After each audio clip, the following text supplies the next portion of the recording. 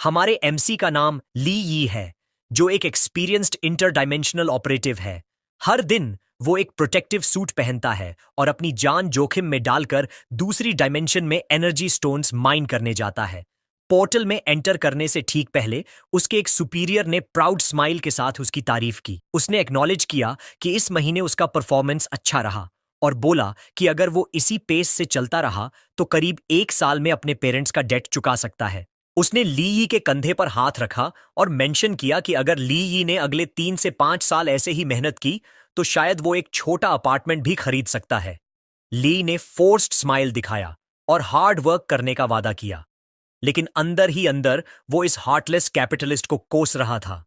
उसका असली प्लान था डेट चुकाकर ये जॉब छोड़ देना। उसे अगले 5 साल इस शिटी जॉब में बिताने का कोई इरादा नहीं था। असल में दूसरी डायमेंशंस में रेडिएशन एक ऑर्डिनरी इंसान को एडवांस्ड वन बनने का 1 in 1000 चांस देती थी, लेकिन यह जानलेवा भी थी। कोई भी इंसान सूट पहनकर दूसरी डायमेंशन में काम करने का फैसला तब तक नहीं करता जब तक लाइफ की मजबूरी ना हो। ट्रक्स पोर्टल्स की तरफ बढ़ने लगे। एक आदमी ने अपने दोस्त से पूछा कि क्या ली यी वही लड़का है जिसके पेरेंट्स की 3 साल पहले एक्सीडेंट में डेथ हो गई थी, जिसे ना कॉम्पेंसेशन मिला बल्कि उल्टा उनके डेट का बोझ भी उसी पर आ गया। उसके दोस्त ने सिर हिलाकर बताया कि एनजी ग्रुप ने इंसिस्ट किया था कि उसके पेरेंट्स ने $1 मिलियन का नुकसान किया था। ली सच में बहुत अनफॉर्चुनेट था। चबी वाला डिसएग्री करता है। वो कहता है कि इसमें कोई रिग्रेट वाली बात नहीं है। ली बस वीक है। अगर वो होता तो कंपनी से पैसे निकलवाने के लिए सब कुछ रिस्क कर देता। दोस्त थोड़ा कंफ्यूज था। उसे लगा था कि वो उनकी जान ले लेगा। चबी वाला आर्म्स क्रॉस करके अपने दोस्त से पूछता है कि क्या वो बेवकूफ है। वो एक्सप्लेन करता है कि किसी की जान लेना कोई हल नहीं है, पैसे निकालना ज्यादा प्रैक्टिकल है। लेई की आंखों में रेज की चमक आ जाती है। कभी कभी इंसान खुद से नहीं बल्कि सोसाइटी या इस पागल दुनिया की वजह से वीक बनता है। कई घंटे बाद वो ट्रक से उतरते हैं, इक्विपमेंट पहनते हैं और काम शुरू करने का डिसाइड करते हैं। तभी जमीन हिलने लगती है और एक आदमी को लगता है कि कोलैप्स हो रहा है। सुपरवाइजर एक्सप्लेन करता है कि यह बस एक छोटा अर्थक्वेक है। चबी वाले की आंखें कंफ्यूजन में फैल जाती हैं, क्योंकि उसने कभी दूसरी डायमेंशन में अर्थक्वेक के बारे में नहीं सुना था। कई डायमेंशनल जोन्स में काम करने के बावजूद उन्होंने कभी अर्थक्वेक नहीं सुना था। इससे उन्हें शक होने लगता है कि शायद मॉन्स्टर आने वाले हैं। वो आपस में बात करने लगते हैं। एक वॉर्न करता है कि उन्हें काम जारी नहीं रखना चाहिए, क्योंकि उसने सुना है कि यहां पहले एलियंस थे जो इंसेक्टॉइड्स और बीस्ट्स से भी ज्यादा खतरनाक थे। वो डिसाइड करते हैं कि अब रुक जाना ही बेहतर है। ये बहुत डेंजरस है।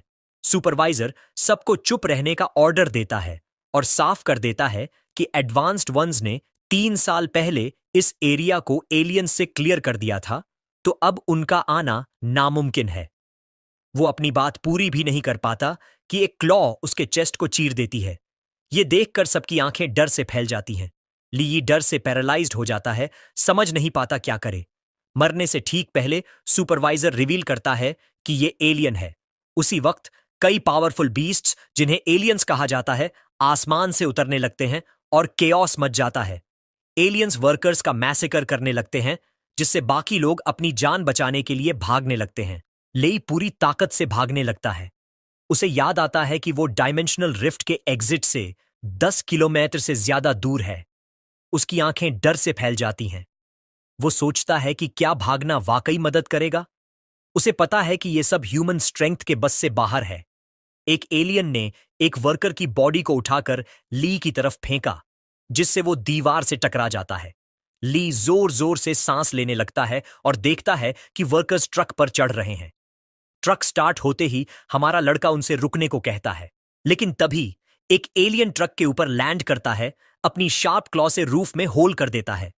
यह देखकर वर्कर्स पैनिक कर जाते हैं। उन्हें पता है कि अब कुछ अच्छा नहीं होने वाला। एलियन 2 वर्कर्स को पकड़ लेता है और जंप करके ट्रक को ओवरटर्न कर देता है। बाकी एलियंस व्हीकल की तरफ बढ़ने लगे और हमारे लड़के को जल्दी ही समझ आ गया कि उनका असली टारगेट अंदर के लोग हैं। लेकिन ज्यादा देर नहीं हुई कि ट्रक में ब्लास्ट हो गया, जिससे एलियंस के बॉडीज दूर जा गिरे। ली ने अपने चेहरे पर हाथ रख लिया और खुद को पैनिक होने से नहीं रोक पाया। आग ने एलियंस को जलाना शुरू कर दिया, जिससे वो दर्द में तड़पने लगे। एलियंस गिर पड़े।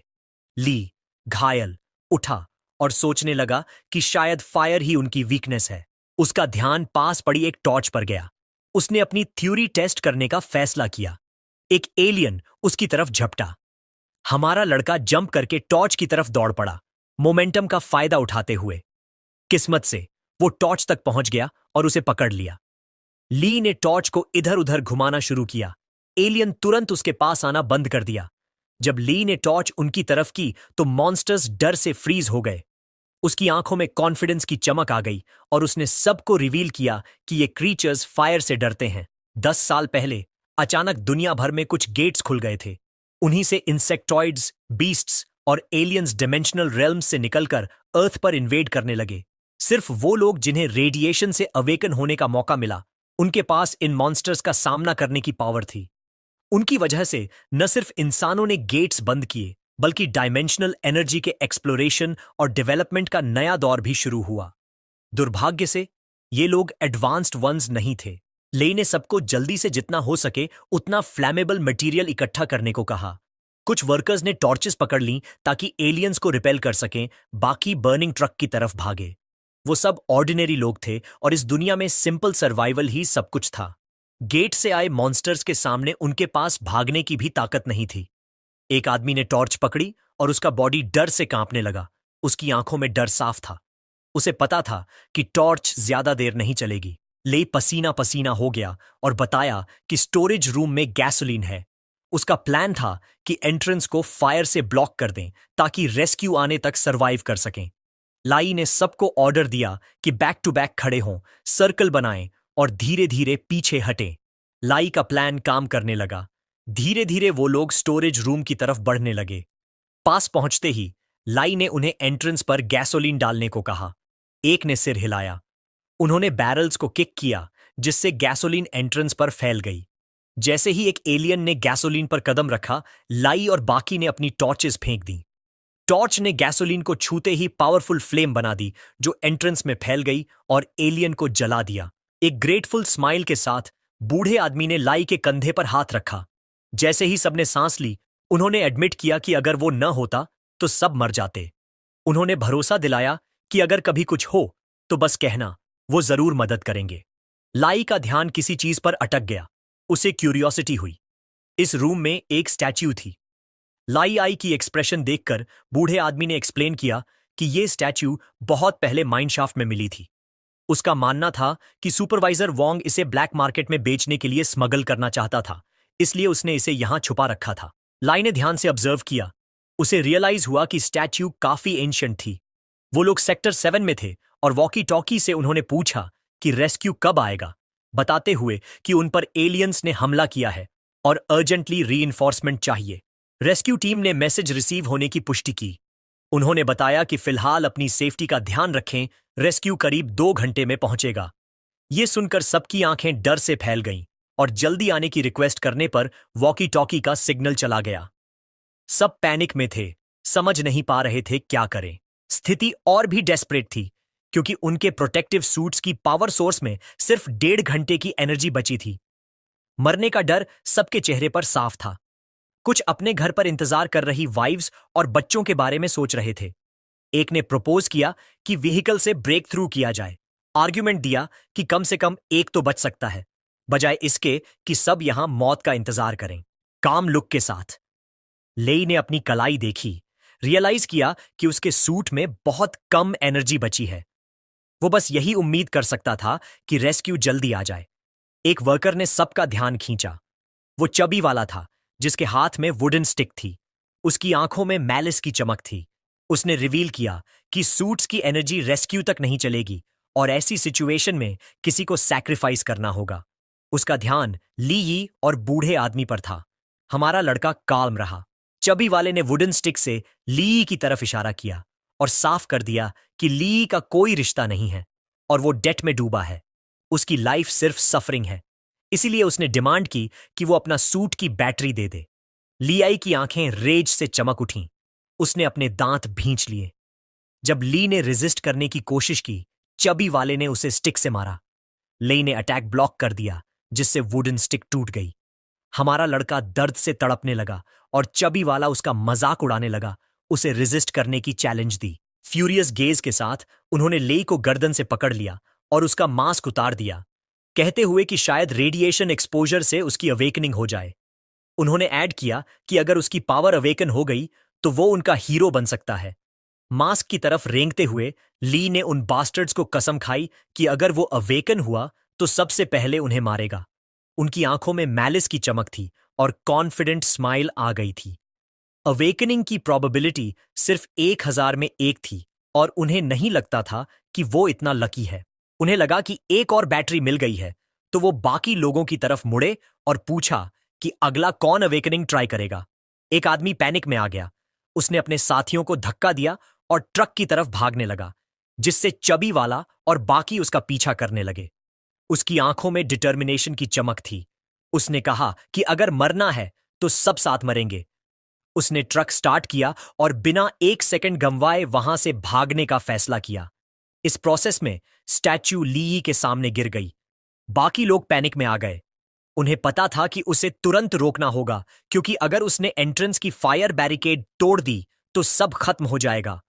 वो कुछ नहीं कर सके क्योंकि उसने बाहर की फायर बैरियर गिरा दी, जिससे एलियंस अंदर आ गए। लेई का ध्यान स्टैच्यू पर अटक गया। उसकी आंखें कंफ्यूजन में फैल गईं। उसे समझ नहीं आया कि क्या वो स्टैच्यू मुस्कुरा रही है। स्टैच्यू की आंखों में ईविल ग्लो आ गया और उसके चेहरे पर स्माइल फैल गई। ये देखकर हमारे लड़के को लगा कि शायद स्टैच्यू भी उसका मजाक उड़ा रही है। एक एलियन रूम में आया और स्टैच्यू का सिर क्रश कर दिया। हमारा लड़का अपने सिर पर हाथ रखकर खुद को फ्लाइंग पीसेस से बचाने लगा। ग्लोइंग आइज के साथ एलियन ने अपनी क्लॉ लाई की तरफ बढ़ाई, उसे खत्म करने के लिए तैयार था। हमारा लड़का सिर उठाता है और सोचता है कि यह सब क्यों हो रहा है। एलियन ने उसके सिर को पकड़ लिया और अपनी शार्प क्लॉ तैयार की। ली पैनिक में था, समझ नहीं पा रहा था कि उसे यह सब क्यों सहना पड़ रहा है। एलियन ने ली के चेस्ट को पियर्स कर दिया और हमारा लड़का खून थूकने लगा। वैसे भी उसकी मौत तय थी, लेकिन उसने बीस्ट के लिए इसे आसान नहीं बनने देने का फैसला किया। ली को फर्क नहीं पड़ता था कि वो वीक है, वो डेथ एक्सेप्ट करने को तैयार नहीं था। डिटर्मिन्ड आइज के साथ उसने एलियन की आर्म को काट लिया। एलियन ने अपनी क्लॉ ली के चेस्ट से निकाल ली, जिससे उसका बॉडी जोर से जमीन पर गिर गया। ले का फेस खून से भर गया था। उस बीस्ट की बदबू सच में डिस्गस्टिंग थी।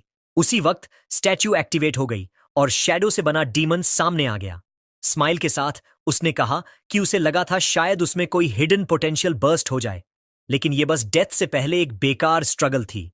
चेस्ट में होल और दर्द से तड़पते हुए ली ने डीमन का मजाक उड़ाया। उसने कम से कम एलियन को एक बार काटा तो सही, लेकिन डीमन, वो तो बस एक टूटी हुई स्टैच्यू था जिसे इस बीस्ट ने ऐसे ही तोड़ दिया। डीमन ने साफ कर दिया कि अब सिर्फ वही उसे बचा सकता है।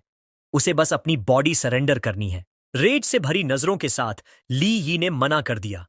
उसे कोई इंटरेस्ट नहीं था। वो मरना पसंद करेगा, किसी स्पॉन के कंट्रोल में आने से अच्छा। डीमन ने देखा कि ली यी प्राइड के साथ मरना चाहता है, तो उसके चेहरे पर स्माइल आ गई। एलियन ने ली यी को खत्म करने की तैयारी की और डीमन ने साफ कर दिया कि अब ली यी के पास मना करने का कोई हक नहीं है। उसी वक्त उसके बॉडी से एक अजीब एनर्जी निकलने लगी और शैडो सिस्टम एक्टिवेट हो गया। ये देखकर एलियन की आंखें कंफ्यूजन में फैल गईं। उसे समझ नहीं आया कि क्या हो रहा है। एक सेकंड भी बिना हिचके वो ली यी के सामने घुटनों पर आ गया। ली का बॉडी बदल गया और अब वो शैडो से घिरा था, डीमन के कंट्रोल में। डीमन की आंखों में रेज की चमक थी। उसे रियलाइज हुआ कि यही एलियन था जिसने उसकी स्टैच्यू तोड़ी थी। एक सेकंड भी बिना हिचके डीमन ने अपनी पावर यूज की, जिससे एक जायंट फुट ने एलियन के बॉडी को क्रश कर दिया। डीमन ने एलियन को चुपचाप ऑब्जर्व किया। तभी एक और मॉन्स्टर आया और उसकी तरफ चार्ज करने लगा। डीमन ने घूमकर देखा और थोड़ी ही देर में उसके पैरों के नीचे एक छोटा शैडो डीमन बन गया। उसने मुंह खोला और एलियन को निगल गया। जब एक और एलियन ने अटैक करने की कोशिश की, डीमन ने उसका सिर काट दिया। उसके मुताबिक ये स्मेल सच में डिस्गस्टिंग थी। डीमन वर्कर्स की तरफ बढ़ा और डिसाइड किया कि अब बाकी ट्रैश को भी खत्म करने का वक्त आ गया है। शैडो जमीन से उभरकर वर्कर्स के शरीर को घेरने लगी। कुछ वर्कर्स डर के मारे चीखने लगे, अपनी जान की भीख मांगने लगे। उनमें से एक जस्टिफाई करने लगा कि अगर उन्होंने ऐसा न किया होता तो ली यी कभी अवेकन नहीं कर पाता। उसकी आंखों में घृणा थी। उसने पूछा कि क्या उसे उनका थैंक्स करना चाहिए। आदमी बोला, नो नीड, बस सब भूल जाओ और हमें जाने दो। लेकिन ली यी ने कोल्डली जवाब दिया कि वो न सिर्फ उन्हें जाने देगा बल्कि उनकी मदद भी करेगा। अगले ही मोमेंट शैडो ने एक वर्कर के हेलमेट को पियर्स कर दिया, जिससे वो दर्द में चिल्लाने लगा। बाकी वर्कर्स भी इंटेंस पेन में थे और खून की उल्टी करने लगे। बदला लेने के बाद ली यी ने लास्ट 2 सर्वाइवर्स का सामना किया, जो डर के मारे उसे हर्ट न करने की भीख मांगने लगे। उसने उन्हें बाकी लोगों की बैटरीज दे दी और बोला, अब ये तुम्हारी हैं। शैडो एंटिटी ने उसे समझाया कि ऐसी बेकार पिटी छोड़ दे, ये सेंटिमेंट उसे फ्यूचर में एलिमिनेट करवा सकता है। लेकिन एंटिटी ने कहा कि देखेंगे एंड के टाइम वो कितना टफ रहता है। केव से बाहर निकलते ही ली यी को मॉन्स्टर्स की भीड़ घेर लेती है। शैडो एंटिटी ने फिर डील ऑफर किया, या तो बॉडी उसे दे दे या खुद ही सब संभाले। उसने मॉक करते हुए कहा कि उसकी पावर के बिना लड़का कुछ भी नहीं है और उसकी टांगें पहले ही कांप रही हैं। लेकिन ली यी ने एक मॉन्स्टर के हाथ पर जोर से स्टेप मारा और बोला कि उसने अपना डिसीजन पहले ही ले लिया है। फिर उसने क्रीचर को किक किया और चिल्लाया कि उसे एंटिटी की लेक्चर की जरूरत नहीं है। ली यी ने एक मॉन्स्टर के बॉडी को फुटहोल्ड की तरह यूज किया और खुद को हवा में लॉन्च कर दिया, खुद को हल्का महसूस करते हुए। हवा में उसने क्रीचर के अटैक्स को स्किलफुली डॉज किया, अपनी एबिलिटी दिखाते हुए। फोकस्ड लुक के साथ वो बैटल के लिए तैयार हुआ। तभी एक मॉन्स्टर पीछे से आया। उसकी आंखें इंटेंस ब्लू लाइट से ग्लो करने लगीं और टाइम स्लो हो गया। उसने हवा में घूमकर अटैकिंग क्रीचर के फेस पर पावरफुल पंच मारा। अब ली यी ने रियलाइज किया कि उसकी रिफ्लेक्सेस और स्पीड बहुत बढ़ गई हैं। मॉन्स्टर ने उसे पैथेटिक कहा और बोला कि शैडो सिस्टम के बावजूद वो कोई खास नहीं है। फ्यूरियस होकर ली यी ने अपने फिस्ट में पर्पल एनर्जी कॉन्सेंट्रेट की और अटैक के लिए तैयार हुआ। फिर उसने क्रीचर को चिल्लाकर शट अप कहा और उसे डेवस्टेटिंग पंच मारा। उसे हैरानी हुई कि उसकी स्ट्रेंथ अचानक इतनी बढ़ कैसे गई और वो अपने फिस्ट को देखता है। लेकिन उसे रियलाइज हुआ कि सिर्फ बॉडी से अटैक करना काफी नहीं, सच में हर्ट करने के लिए उसे वेपन चाहिए। इसी पर उसकी शैडो एनर्जी कंडेंस होकर उसके सामने एक डैगर बना देती है। न्यू वेपन पकड़कर उसने क्रीचर को चैलेंज किया कि देखे कौन किस पर भारी है। स्विफ्ट मूव में ली यी ने मॉन्स्टर को उसकी बैक पर प्रिसाइज ब्लो मारा। कॉन्फिडेंट स्माइल के साथ उसे लगा कि अब वो एबनॉर्मल्स को भी हरा सकता है। लेकिन तभी 2 और बिजार जायंट क्रीचर्स उसे घेर लेते हैं। ली यी ने अटैक डिफेंड किया, डैगर से मॉन्स्टर की क्लॉ को ब्लॉक किया, फिर क्रीचर के आर्म को सपोर्ट की तरह यूज किया और उसे फेटल ब्लो दिया। एनिमीज से घिरा, अब वो पूरी ताकत से फाइट करने को तैयार है। डैगर हाथ में लेकर उसके पास अब फाइट बैक करने की असली पावर है।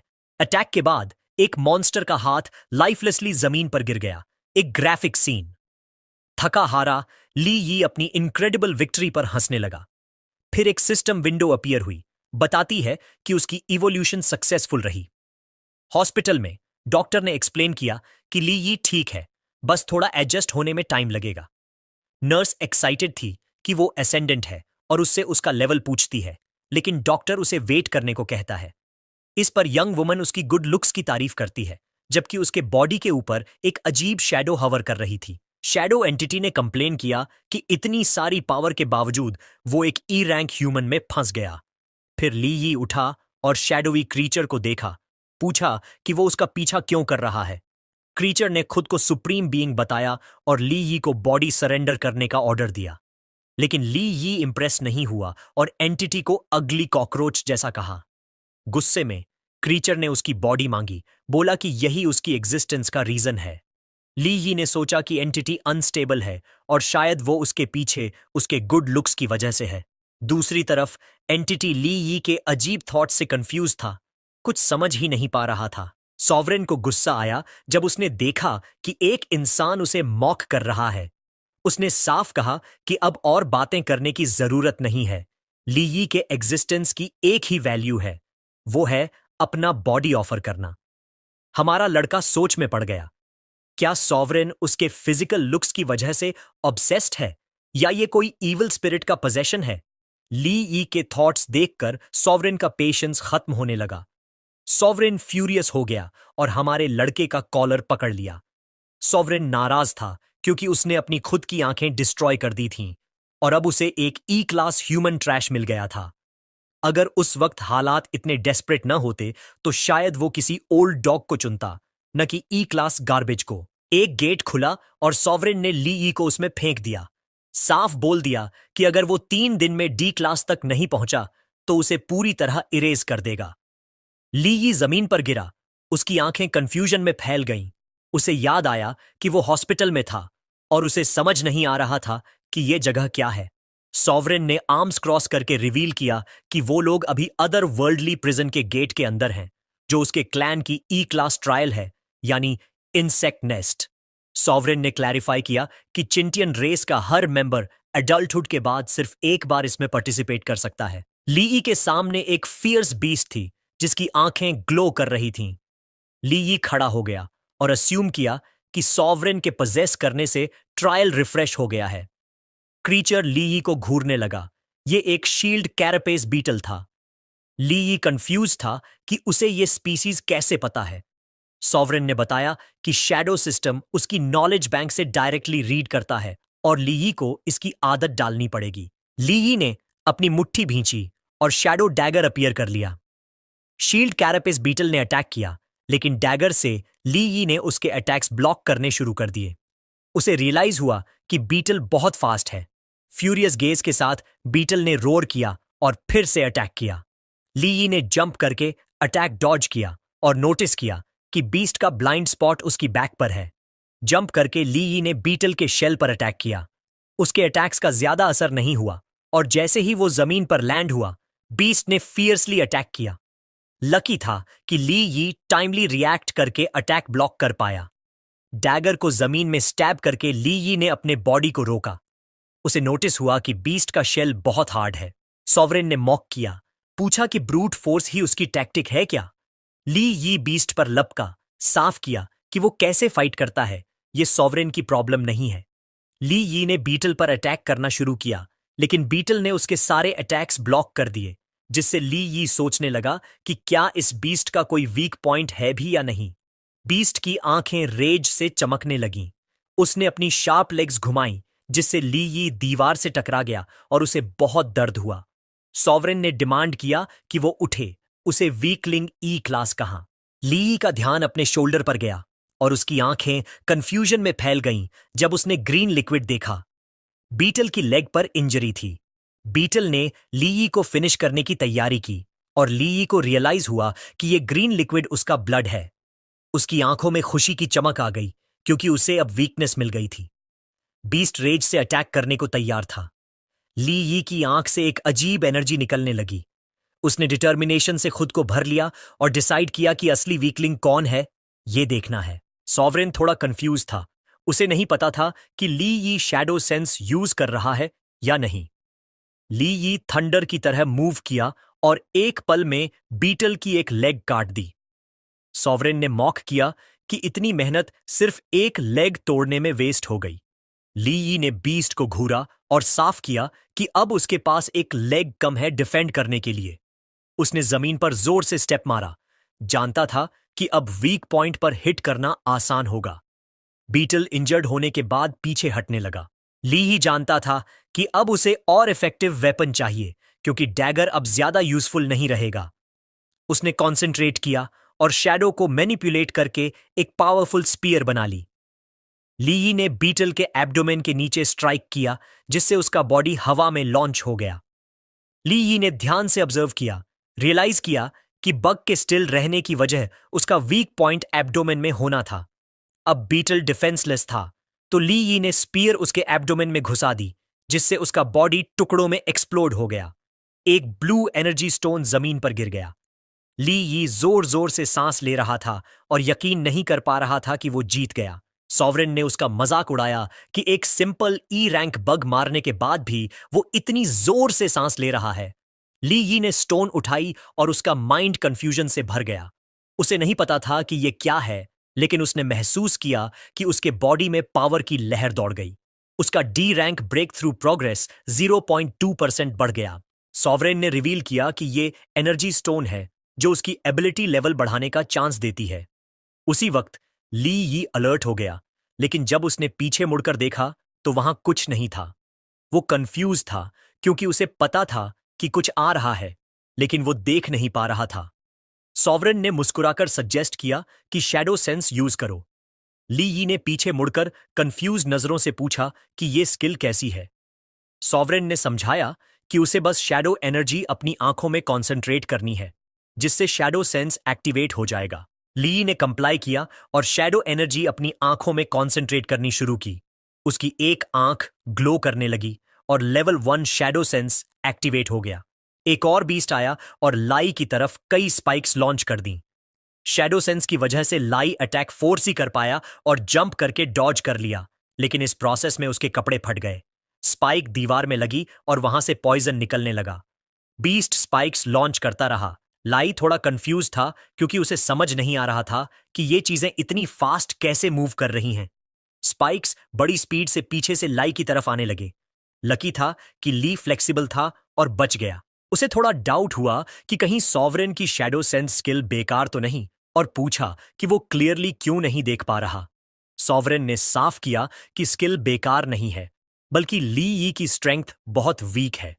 ये सुनकर ली यी फ्यूरियस हो गया और अपनी आंख में और एनर्जी गैदर करने लगा। सॉवरेन थोड़ा सरप्राइज हुआ क्योंकि एक सिंपल ई रैंक इतनी स्किल से शैडो एनर्जी कंट्रोल कर रहा था। ली यी अब उस बीस्ट को देख पा रहा था जो उसे अटैक कर रहा था, एक वॉर रीपर बग जिसे हेड रीपर कहते हैं। इन्फो में लिखा था कि यह स्टिंगर शूटर है जो दूर से पॉइजनस स्पाइन्स लॉन्च करता है।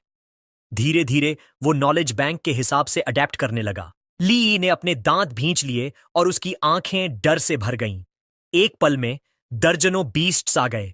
हमारा लड़का पैनिक में आ गया, रियलाइज किया कि बहुत ज्यादा हैं। बीस्ट्स रोर करने लगे और थोड़ी ही देर में लाई की तरफ चार्ज करने लगे।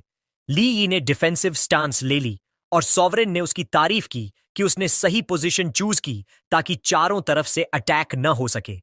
उसने कॉन्सेंट्रेट किया और 2 शैडो डैगर्स समन कर लीं, फिर एनर्जी की वेव से पास के बीस्ट्स को रिपेल किया। लाई के बॉडी से पावरफुल एनर्जी निकलने लगी। सॉवरेन थोड़ा सरप्राइज था क्योंकि ली यी ने इतनी जल्दी शैडो सेंस का सेकंड स्टेज अवेकन कर लिया था। एक सिंपल ई क्लास के लिए यह प्लेजेंट सरप्राइज था।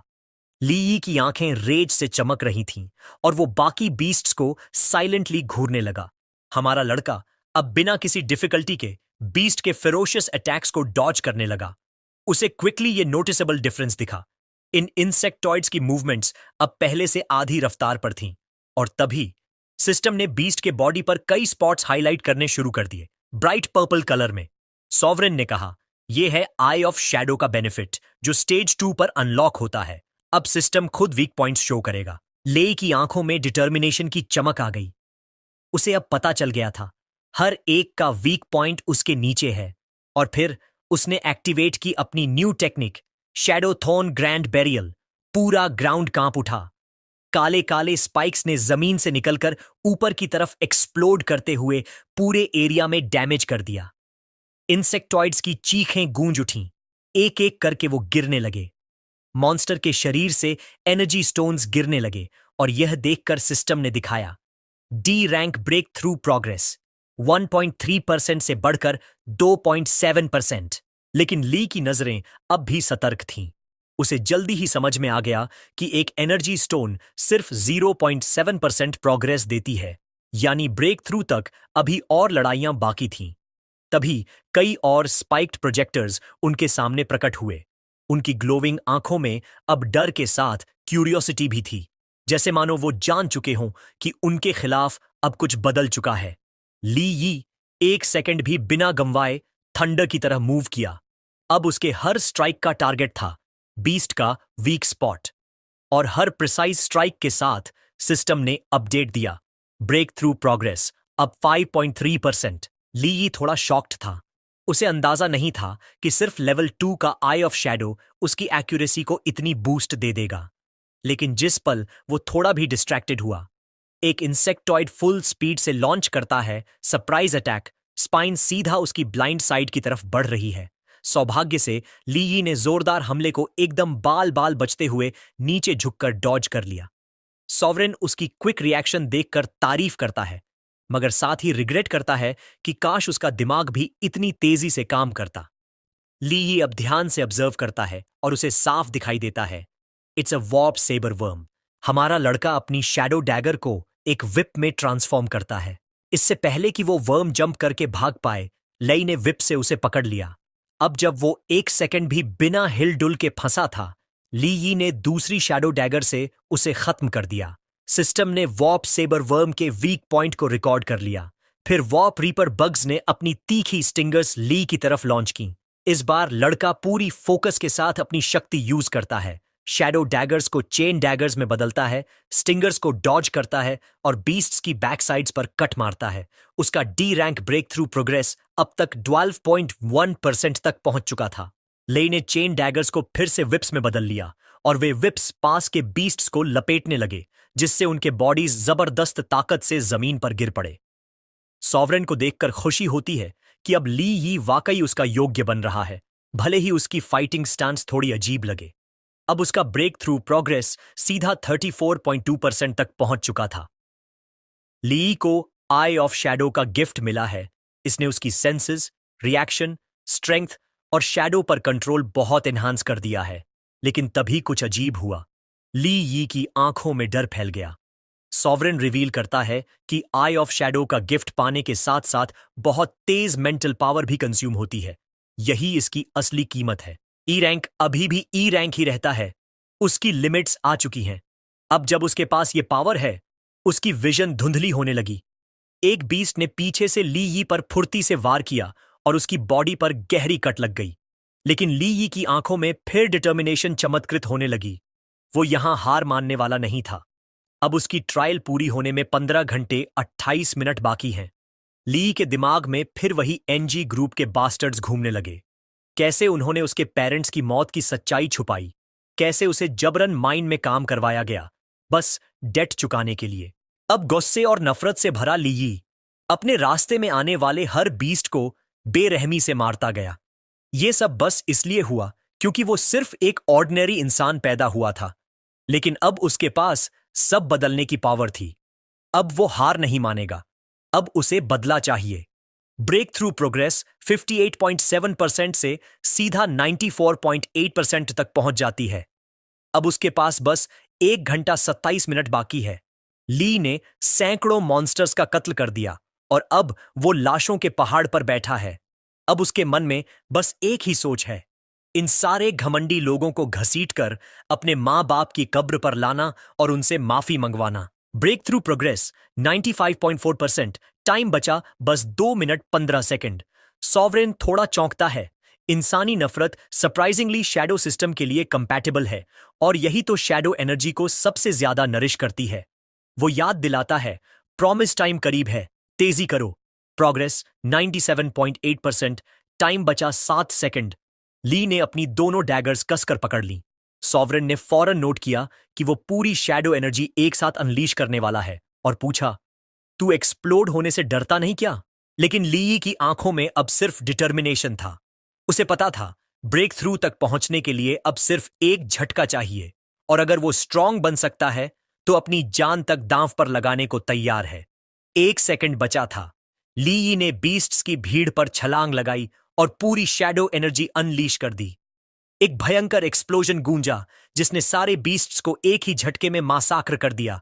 सिस्टम विंडो सामने खुली। Break through progress 100%। ली यी प्रोमोटेड टू लेवल डी। चारों तरफ एनर्जी स्टोन्स हवा में तैर रहे थे। ली यी ने माथे से पसीना पोंछा। सॉवरेन ने मुस्कुराकर कहा, बमुश्किल पहुंच पाया। अब से तुझे मैं लिटिल डी कह सकता हूं। ली यी की नजर एक तलवार पर अटक गई जो जमीन पर पड़ी थी। सॉवरेन ने समझाया, ये इंसेक्ट नेस्ट हमारे लोगों के बिगिनर्स के लिए ट्रायल ग्राउंड था और ये जो डैगर तू देख रहा है ह्यूमन क्लासिफिकेशन सिस्टम में लेवल ए है। ली ने वो भारी वेपन उठा लिया। उसे समझ नहीं आ रहा था इसे डैगर क्यों कहा गया, क्योंकि उसके लिए तो ये एक भारी ग्रेट सोर्ड जैसा था। वो सोचने लगा, क्या सॉवरेन की रेस सच में जायंट से बनी है? सॉवरेन ने साफ कर दिया, उसकी शैडो पावर के सामने ये वेपन्स कुछ भी नहीं है। ली ने अपनी शैडो पावर को कंसंट्रेट किया और वेपन्स को एक सिस्टम पोर्टल में स्टोर कर लिया। इन्वेंट्री में अब थे fang wolf dagger, reckless, dagger black gold, dagger sovereign. थोड़े क्यूरियस हुआ। उसे नहीं पता था कि ली ही इन वेपन्स को किसी अलग तरीके से भी इस्तेमाल कर सकता है या नहीं। ली ही उस पोर्टल की ओर बढ़ने लगा। उसके इरादे बिल्कुल साफ थे। अब इसके बाद वो ये वेपन्स बेचने वाला है। उसके चेहरे पर हल्की सी कॉन्फिडेंट स्माइल थी, क्योंकि उसे पता था सिर्फ एडवांस्ड लेवल डी लोग ही इक्विपमेंट बेच सकते हैं। यानी उसकी मंजिल है रजिस्ट्रेशन हॉल।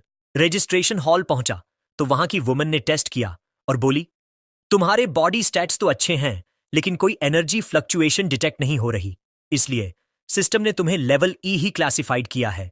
ली ई के तो जैसे पसीने छूट गए।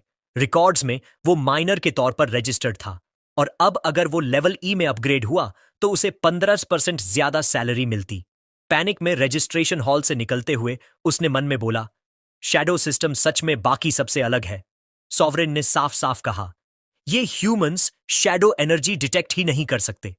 अब ली ई को समझ आ गया कि उसका अनडिटेक्टेबल होना खुद में फायदे का भी है, मगर इससे सामान बेचना जरूर मुश्किल हो जाएगा। कुछ घंटों बाद ली ई ने अपना चेहरा ढंक लिया, तलवार पीठ पर टांगी और पहुंच गया ब्लैक मार्केट, जहां हर शेडी डील होती है। सॉवरेन के लिए तो ब्लैक नाम ही परफेक्ट था उसकी शैडो सिस्टम के लिए। वहां हर कोई ली ई को घूर रहा था। माइनिंग एयर डक्ट कपड़ों में, धूल से सने चेहरे के साथ माइनर का ब्लैक मार्केट में आना सभी को ऑड लग रहा था। उसने आसपास बिकने वाले वेपन्स देखना शुरू किया। सॉवरेन हंसते हुए बोलता है, इंसान सच में फनी है। मेटल में स्टोन चिपका दें और उसे डिवाइन वेपन बोल दें। ब्लैक मार्केट का ओनर आया तो सीधा ली यी को ताना मारा, माइनर होकर मेरी शॉप में घुस रहे हो? ध्यान रखना, कुछ गंदा किया तो सामान बेचने लायक नहीं रह पाओगे। ली यी बोला, क्या हर कस्टमर को ऐसे वेलकम करते हो? ओनर ने अपनी नाक पर हाथ रखा। तेरी हालत देखो, तुझ में ऐसा कुछ नहीं दिखता जो अफोर्ड कर पाएगा। ली यी ने सिपाही की तरह तलवार निकाली, बोला, I don't need your junk, मैं सिर्फ जानना चाहता हूं कि मेरी सोर्ड की कीमत कितनी है। ओनर की नजर तुरंत एक आदमी और एक औरत पर अटक गई। औरत थी सूचिंग, आम इंसान। साथ था जूहो, एक एडवांस्ड लेवल डी। सूचिंग बोली, इस तरह की गंदी जगह क्यों लाए हो मुझे? ओनर ने जूहो को देखा और मुस्कुराया।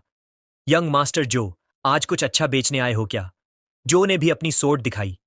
वो सोर्ड उसने आज ही सेकंड गेट रेड में पाई थी और इरादा था कि उसे बेचकर अपनी गर्लफ्रेंड को गाड़ी दिला सके। ओनर की नजरों में हैरानी, ये तो विंड हाउस सोर्ड है, अटैक पावर को अपने आप बूस्ट करने वाला, लेवल डी के लोगों के लिए ड्रीम आइटम। ली यी ने सूचिंग को पहचान लिया। सुचिंग भी हैरान होकर उसे देखती रह गई। सुचिंग को तुरंत याद आ गया कैसे कभी ली यी ने उसे जीतने के लिए फ्लावर्स दिए थे और उसने वो फूल पैरों तले रौंद दिए थे। तब उसने ली यी के सामने ताना मारा था कि तेरे पेरेंट्स मर गए। कॉम्पेंसेशन के लाखों का क्या किया? उसे पेनीलेस लूजर कहा, जो अब सब कुछ गंवा चुका है और कर्ज में डूबा है। उसने डिमांड किया था कि वो उसे ढूंढना बंद करे और उसका टाइम बर्बाद न करे। जो को समझ नहीं आया कि सूचिंग सच में उसे जानती है या नहीं। सूचिंग ने फोर्स्ड स्माइल देते हुए इनकार किया, बोली, भला मैं ऐसे लो लेवल माइनर को क्यों जानूं? और जल्दी से ऐड कर दिया, may be he is a fan, आखिर ऑनलाइन सेलिब्रिटी हूं, लोग पहचान ही जाते हैं। जो ने एरोगेंट एक्सप्रेशन के साथ ली यी की तरफ बढ़ना शुरू किया। वो बोला, तुम्हें अभी अभी सूचिंग बुलाया ना? सच में इस जगह के स्टैंडर्ड्स गिर गए हैं, ऐसे लूजर्स को अंदर आने देते हो। कहीं तुम्हें डर तो नहीं कि ऐसे लोग एस्टैब्लिशमेंट की क्लास गिरा देंगे? जो ने अपनी पावर सोर्ड में चैनल की और ली ई पर दहाड़ा, चलो भागो, अपना कचरा उठा के सड़क के एंड वाले कबाड़ी को बेच आओ। जो ने ली ई की सोर्ड पर वार किया, मगर अगले ही पल जो की अपनी तलवार टुकड़ों में टूट गई। वो हैरान रह गया। ली ई ने हल्की मुस्कान के साथ बोला, तुम्हारी सोर्ड ही असली स्क्रैप है। जो का गुस्सा 7वें आसमान पर था, टीथ ग्राइंडिंग, फिर भी समझ नहीं पा रहा था कि ऐसा कैसे हो गया। सू भी चौंकी। जो तो हमेशा दावा करता था, ये सोर्ड आयरन तक काट सकती है, लाखों कीमती है। जॉ ने ली ई को गाली दी, अपमान और ह्यूमिलिएशन में पागल हो गया। अटैक के लिए तैयार हुआ। तेरी मौत बुला रहा है क्या? जो ने रौद्रता से अपनी पावर फिस्ट में चैनल की और पंच लगाया, लेकिन ली ई ने सहजता से डॉज कर लिया। अटैक इतना स्लो, जो को मानना पड़ा। इसकी मूवमेंट्स बुरी नहीं, मगर अब जो ने अपनी ताकत पैर में चैनल की, किक्स की रेन शुरू। ली यी फिर भी बिना दिक्कत डॉज करता रहा। उसके लिए ये अटैक इंसेक्ट नेस्ट ट्रायल से कहीं ज्यादा आसान था। जो कंफ्यूज था, ली यी सिर्फ एक माइनर है जिसका लेवल ई भी नहीं है, वो कैसे बच रहा है? जो ने फिर वार किया, लेकिन ली यी साइड में हटकर आसानी से बच गया। जो स्टन्ड रह गया। लेवल डी होते हुए भी वो इस लड़के को छू क्यों नहीं पा रहा? अब ली यी ने शैडो पावर रिलीज की। उसने एक शैडो विप बनाई जो की कलाई में लिपट गई। जो हार मानने को तैयार नहीं था, जंप करता है, फिर से हमला करने बढ़ता है, चिल्लाया, माइनर्स को तो अपने होल में रेंगते रहना चाहिए। ली यी की आंखों में एरोगेंस आ गई। सार्कास्टिक बोला, तो क्या कुत्तों को भी जमीन पर रेंगना चाहिए? ली यी ने विप कसकर खींचा। जो की पूरी बॉडी जोर से जमीन पर पटक दी। सू घबरा गई। ये कैसे हो गया? ली यी की आंखों में मलिशियस चमक थी। हंसते हुए बोला, जो सच में कुत्ता बनने का सपना देखता है। जो रेज में एक्सप्लोड, सीधा फिर से चार्ज करता है। उसी वक्त दुकान का दरवाजा खुला। एक आदमी ने स्टॉप कहा। जो रुक गया और जैसे ही मुड़ा, सामने था उसका boss, Wong. Wong D, advanced level D, black market का ओनर, पेनिट्रेटिंग गेज से बोला, जो तुम मेरे बेस्ट क्लाइंट हो, लेकिन मेरी दुकान में फाइट ये लिमिट के बाहर है। सू ने फौरन ली की तरफ उंगली की। सर, उसी माइनर ने जो की प्रेशियस सोर्ड तोड़ी, इसलिए लड़ाई शुरू हुई। वोंग को जैसे ली के माइनर होने पर और भी तुच्छता महसूस हुई। उसकी आंखों में डिस्डेन आने लगा। वोंग, ब्लैक मार्केट का मालिक, बड़ी क्यूरियोसिटी के साथ ली यी की ओर बढ़ा और पूछा, क्या तुमने सच में जो की तलवार इसी सोर्ड से तोड़ दी? ली यी ने मुस्कुराते हुए जवाब दिया, पहले ड्यू ने मुझ पर हमला किया था। अगर उसकी तलवार टूट गई तो इसमें मेरी क्या गलती? वोंग ने जो की तरफ देखा। क्या यह सच है?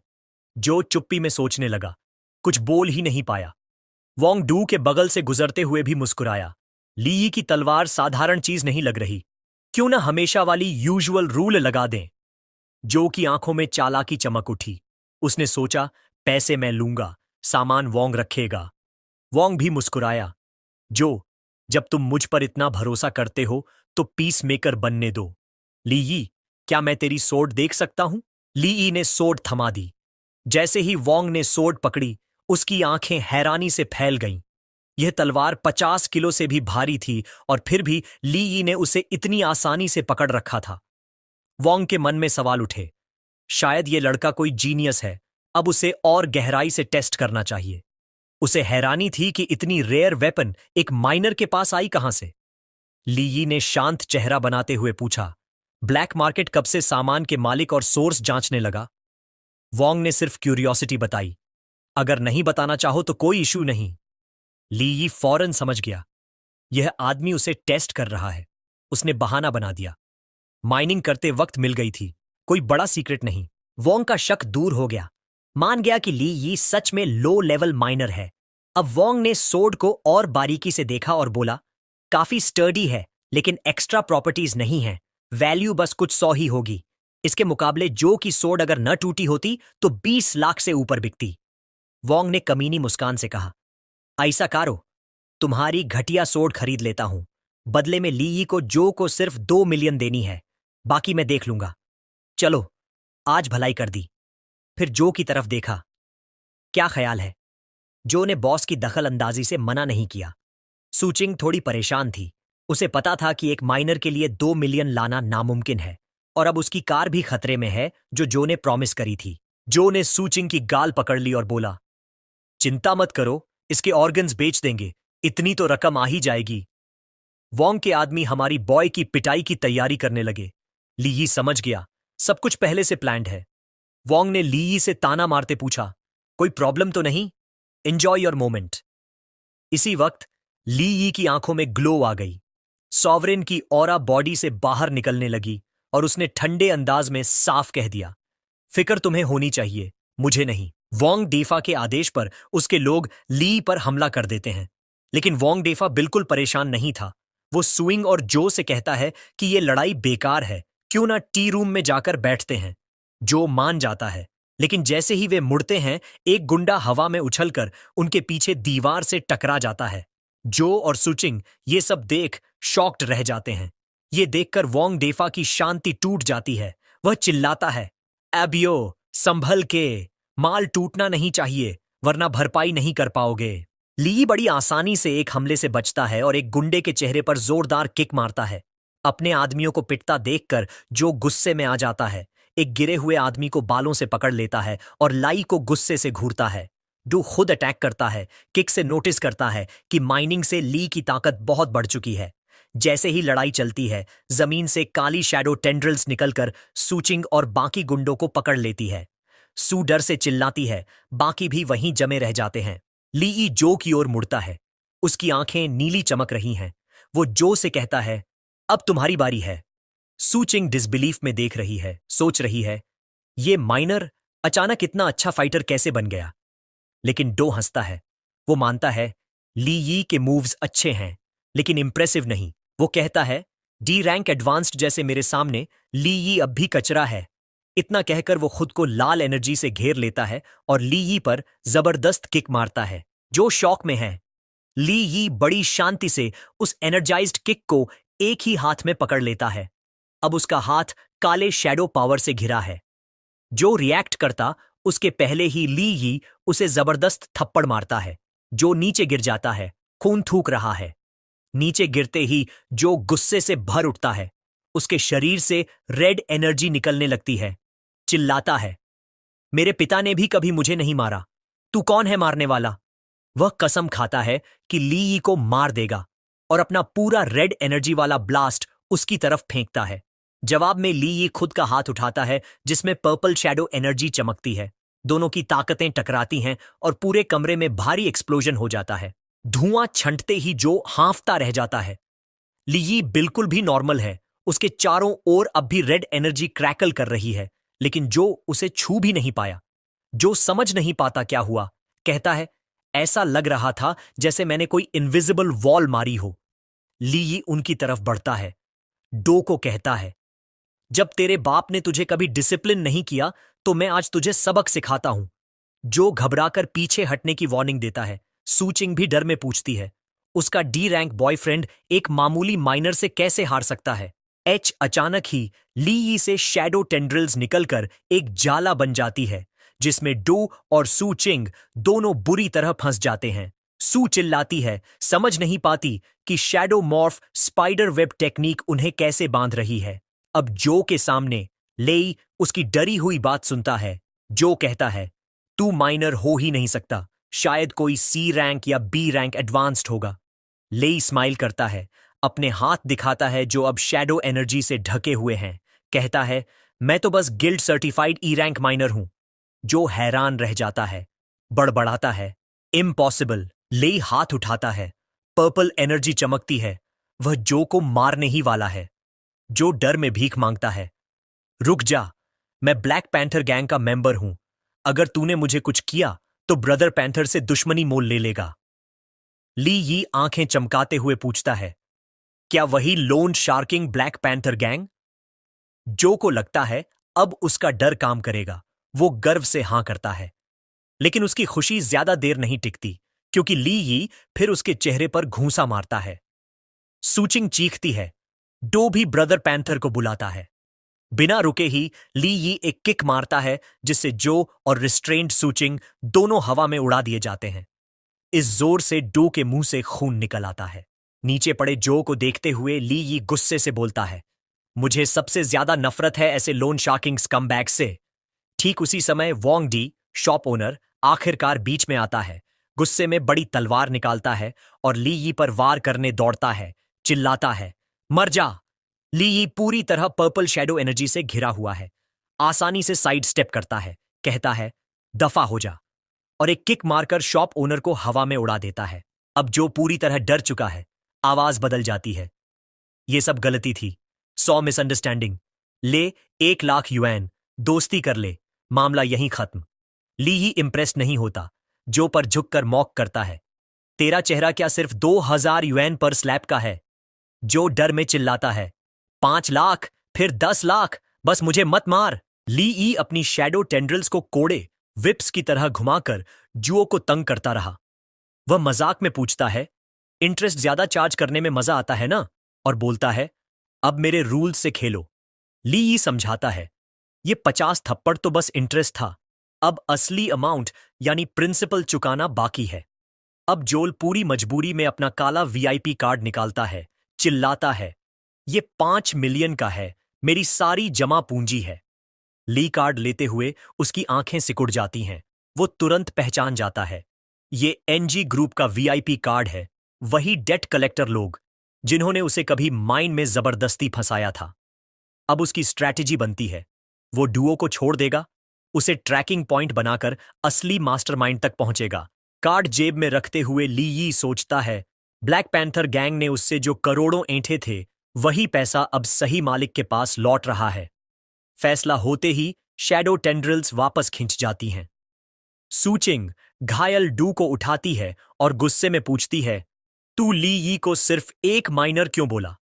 जो गुस्से से जवाब देता है, मैं कैसे जानता कि ली यी इतना पावरफुल निकलेगा? अपना आपा खोकर जो उसे धक्का देता है, चिल्लाता है, अगर तूने पहचानने में गलती न की होती तो हम कभी फंसते ही नहीं। सूचिंग गिर पड़ती है, रोती है। जो का चेहरा गुस्से में लाल हो जाता है, उसकी आंखें लाल चमकने लगती हैं। जो फोन निकालता है, कसम खाता है, मेरा पैसा ऐसे नहीं जाएगा, मैं बदला लूंगा। दृश्य बदलता है। एक अंधेरी सड़क पर ब्रदर पैंथर खड़ा है, उसके नीचे हार चुके बॉडीज पड़ी हैं। तभी उसका फोन बजता है। फोन पर घबराया डुओ बात को बढ़ा चढ़ाकर बोलता है, किसी ने ब्रदर पैंथर की प्राइज सोर्ड चुरा ली और हमारी गैंग को धमकी दी। ब्रदर पैंथर की आंखों में खतरनाक लाल चमक। उसे इन्फो चाहिए, वो कहता है, उस आदमी की सारी इन्फो भेजो। कॉल के बाद एक साथी पूछता है, इन हार गए लोगों का क्या करना? ब्रदर पैंथर हंसता है, तुझे यहां कोई लोग दिख रहे हैं? उसका साथी लाल बाल और लाल आंखों वाला अपनी लाल एनर्जी थ्रेड्स घुमाता है और उंगलियां घुमाते ही उन सारे विक्टिम्स को एक झटके में मार डालता है। ब्रदर पैंथर कैजुअली कहता है, जो के कॉल का मुझे फर्क नहीं, ली यी जिए या मरे। इसके बाद हुड पहने ली यी एडवांस्ड वंस टास्क हॉल पहुंचता है। मिशन बोर्ड देखते हुए एक हॉल ऑफिशियल पूछता है, कोई मदद चाहिए? ली यी हुड हटाते हुए बताता है, मैं ई रैंक एडवांस्ड वन हूं, कोई सटीक टास्क चाहिए। ई रैंक सुनते ही हॉल में खड़े बाकी लोग उसका मजाक उड़ाते हैं। ई रैंक ट्रैश, सबसे बुरी टास्क्स ही यहां होती हैं, डैंक मरो जाओ। रेड हेयर्ड महिला भी कहती है, ई रैंक्स तो हायर रैंक से भीख मांगने वाले पैरासाइट्स हैं। अब हॉल ऑफिशियल भी नाराज हो जाता है, उसे बाहर निकलने को कहता है, बाहर रहो, टीम ले जाएगी।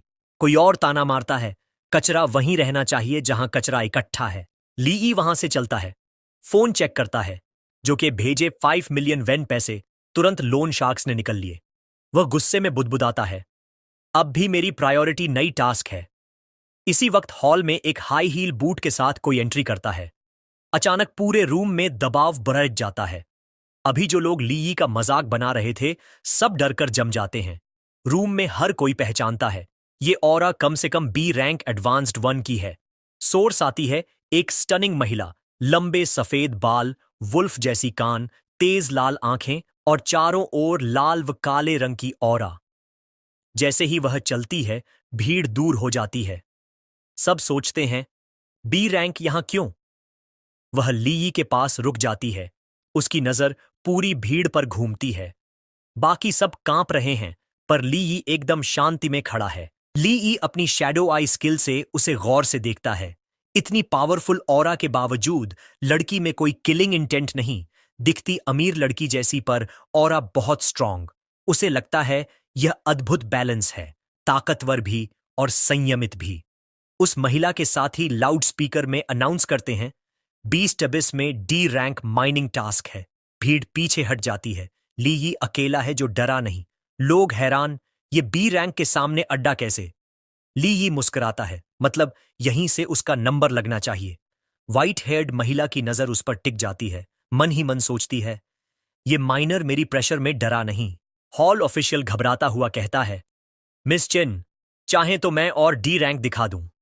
मिस चिन बीच में ही रोकती है, सीधे ली यी की ओर इशारा करती है, I'll टेक हिम। ऑफिशियल हैरान, प्रोटेस्ट करता है, पर यह लेट है, रजिस्ट्रेशन अधूरी। मिस चिन लाल आंखें चमकाकर उसे घूरती है। मैं ही नियम हूं। ऑफिशियल डर से मान जाता है। मिस चिन की टीम ली यी को बाहर ले जाती है। ऑफिशियल देखता है, मिस चिन ने खुद किसी को पिक किया। ये माइनर आखिर है कौन? अब बीस्ट अबिस में मिस चिन की टीम लाल आंखों वाले मिनोटॉर से लड़ रही है। टीम में एक बार्ड फ्लूट बजा रहा है। नोट करता है, टीम काफी बैलेंस्ड है। पावरफुल वॉरियर अगली लाइन में सब ब्लॉक्स रोक रहा है। बाकी लोग मिनोटॉर्स को निर्विकारता से काटते हैं। मिस चिन और उसका साथी पीछे खड़े ओवरसी करते हैं। ली यी सब कुछ देख रहा है। बी रैंक लीडर के साथ सब स्मूथ कोऑर्डिनेटेड कट रहा है। हालांकि लड़ाई एकदम परफेक्ट चल रही थी, ली यी को फिर भी अंदर से बेचैनी महसूस हुई। उसके माथे पर पसीने की बूंदें आ गईं, क्योंकि उसकी शैडो आई ने एक ऐसा खतरा भांप लिया था जिसे बाकी लोग समझ ही नहीं पाए। ली यी एक लेज पर खड़ा था। नीचे माइनोटॉर्स की भारी भीड़ देखकर उसकी बेचैनी और बढ़ गई। उसे समझ आ गया कि ये किसी नॉर्मल डी रैंक मिशन से कहीं ज्यादा खतरनाक था, और हैरानी थी कि टीम के बाकी लोग खतरे को नोटिस क्यों नहीं कर रहे। अचानक सॉवरेन प्रकट होता है, बताता है कि ली यी की शैडो आई अब सेकंड टियर पहुंच चुकी है, जिससे उसकी सेंस बाकी सबसे कहीं तेज है। फिर भी ली यी मानता है कि इतनी सुपर पावरफुल मिस चिन को भी तो एहसास होगा। जैसे ही टीम एक डार्क केव के सामने रुकती है, उसकी सस्पिशन और गहरी हो जाती है। उसे लगता है शायद मिस चिन ने खतरा समझ लिया है, पर छुपा भी रही है। बार्ड बताता है कि उनका टारगेट स्टारलाइट क्रिस्टल वेन इसी केव के अंदर है। मिस चिन अचानक मुड़ती है और ली यी को, जो माइनर है, अपने साथ बुलाती है। ली यी हैरान सोचता है, आखिर नोविंगली एक माइनर को इतने खतरे में क्यों ले जा रही है। केव के अंदर जाते वक्त हर कदम के साथ उसे केव की डरावनी ऑरा और भारी लगने लगती है। उसके मन में सवाल चल रहे हैं, क्या मिस चिन को टीम की जान की परवाह नहीं, या फिर अपनी बी रैंक पावर पर इतना भरोसा कि सबको बचा लेगी। केव में थोड़ी गहराई पर पहुंचते ही जमीन अचानक फटती है। नीचे एक गहरी खाई बन जाती है। ली यी और मिस चिन तेजी से रिएक्शन दिखाते हैं, गिरती हुई जमीन से दूर जंप कर जाते हैं। एक टीममेट बच नहीं पाता, वो चिल्लाता हुआ अंधेरे में गिर जाता है। ली यी और मिस चिन सलामत जमीन पर उतरते हैं, पर लॉस प्रोसेस करने से पहले ही ली यी की सेंसेस अलर्ट हो जाती है, क्योंकि अब उनसे कहीं ज्यादा पावरफुल खतरा सामने आ जाता है। खाई के अंधेरे से एक विशालकाय फिगर निकलता है, डी रैंक मिनोटॉर बीस्टमैन, जो बाकी सबसे बहुत बड़ा और डरावना है। वो जोर से दहाड़ता है, भारी एक्स लहराते हुए सीधे ली यी और मिस चिन के सामने आ जाता है। अब फेस ऑफ होता है। मिस चिन अपनी वुल्फ ईयर्स और लाल ग्लोविंग आंखों के साथ रेड ऑरा में घिर जाती है। पूरा बी रैंक प्रेशर दिखाती है, जैसे लड़ाई शुरू होने वाली है। लेकिन ली यी को शॉक तब लगता है जब मिस चिन अचानक घबरा जाती है। उसका आत्मविश्वास एक सेकंड में गायब। वो हमला करने के बजाय पीछे हट जाती है। बोलती है, ली यी, तू आगे जा, मैं कवर दूंगी। ली यी कंफ्यूज्ड। वो याद दिलाता है कि मैं तो बस माइनर हूं। मिस चिन का चेहरा एम्बैरेसमेंट से लाल हो जाता है। वो घुटनों पर गिरती है, तलवार गिरा देती है और गिड़गिड़ाती है कि ली यी लड़ाई करे। ली यी झल्लाता है, बी रैंक होकर माइनर से फाइट एक्सपेक्ट करती हो? मिस चिन रोते हुए बोलती है, 1 मिलियन दूंगी, बस इन बीस्ट्स को निपटा दे। ली यी खुद को रोक नहीं पाता। सिर के ऊपर तलवार रखकर आंखों में पर्पल एनर्जी चमकाते हुए स्मर्क करता है। पैसे के लिए करेगा। शैडो डैगर्स समन होते हैं। मिस चिन जमीन पर हैरान देखती है। ली यी का कॉन्फिडेंस अलग ही लेवल पर है। वो भारी भरकम 3 मिनटॉर्स की ओर देखता है। आ जाओ, देखता हूं क्या करोगे। बीस्ट्स चार्ज करते हैं तो ली यी बिजली जैसी रफ्तार से उनके बीच डांस करता है, डॉज करके उन्हें कंफ्यूज कर देता है। लेकिन इस दौरान एक तीसरा मिनोटॉर मिस चिन की ओर भागता है। वो बिल्कुल कमजोर पड़ जाती है, चिल्लाती है। तभी जैसे ही मिनोटॉर के क्लॉज मिस चिन पर पड़ने वाले होते हैं, मिस चिन रिस्टबैंड से भारी मात्रा में रेड एनर्जी ब्लास्ट करती है। क्रीचर वेपराइज हो जाता है। ली यी, जिसने अपने ओपोनेंट्स निपटा दिए थे, सब देखता है। माथे से पसीना पोंछता है। मान जाता है कि एक्चुअली मूव्स तो पावरफुल हैं। लगता है उसने शायद मिस चिन को अंडर एस्टिमेट कर दिया, पर उसकी सोच अधूरी ही रह जाती है, क्योंकि तभी डी रैंक बीस्ट मैन ऊंची छलांग लगाता है। अपनी एक्स लेकर मिस चिन की ओर घातक वार करता है। ठीक एक्स गिरने ही वाला था कि ली यी ने massive shadow great sword portal से निकालकर मिस चिन और बीस्ट के बीच एंट्री ले ली। उसने अटैक को आसानी से ब्लॉक कर दिया। मिस चिन को बचाते हुए ली यी स्मर्क करता है और सार्कास्टिकली पूछता है, क्या तुम्हारा चेहरा ही सारी मुसीबतों को खींचता है? लेकिन मिस चिन अब उठने के बजाय बुरी तरह घबरा जाती है। कुछ भी उल्टा पुल्टा चिल्लाते हुए वहां से दौड़ जाती है। अब ये सब बीस्ट्स तेरे हवाले। ली यी लंबी सांस लेकर बोलता है, होपलेस है पूरी। बाकी बचे माइनोटॉर्स को बस एक जबरदस्त स्लैश में मार गिराता है। इधर मिस चिन केव में भागती भागती थक कर एक बड़ी चट्टान के सहारे रुकती है। सोचती है अब सेफ हूं। लेकिन तभी उसकी परछाई पर फिर वही मिनोटॉर बीस्टमैन आ जाता है। उसकी आंखें डर से फैल जाती हैं। फिर झटका, तू मुझसे आखिर डर क्यों नहीं रहा? मिनोटॉर अपना भारी क्लब उठाता है। मिस चिन जैसे पेट्रीफाइड है।